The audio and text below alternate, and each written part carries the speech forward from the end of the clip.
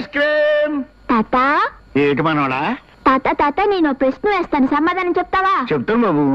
ఊరికే కాదు, పందెం.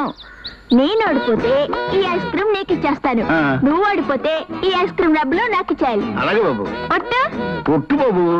ఒక పిల్లి జీవితం మీద విరక్తి చెందింది, చచ్చిపోదాం అనుకుంది. ఒక పెద్ద బిల్డింగ్ పైకి ఎక్కింది. దూకే ముందు దేవుణ్ణి ప్రార్థించింది. ఏమని ప్రార్థించింది? వచ్చే జన్మలో నన్ను పిల్లిగా పుట్టించొద్దని భగవంతుడిని మొక్కుకుని ఉంటుంది. కాదు తాత, మేవ్ మేవ్ అని అరిచింది. ఓరి పీడిగా, చాలా తెలివైన వాడివిరా. పొగట్టులాపి ముందు 12 డబ్బులు మర్యాదగా నా చేతిలో పెట్టు. అమ్మ నా స్టాంపు.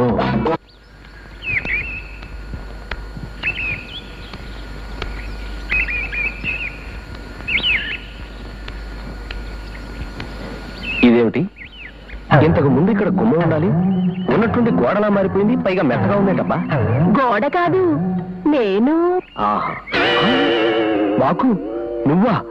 కొంచెం అడ్డు తప్ప బయటకు వెళ్ళాలి. అవును, కన్ని పిల్లని ఎర్రగా బుర్రగా ఇంట్లోనే ఉండగా ఆ పక్కింటి పెళ్ళా వెనక పడ్డావేమిటి? ఏ పక్కింటి పెళ్ళాం?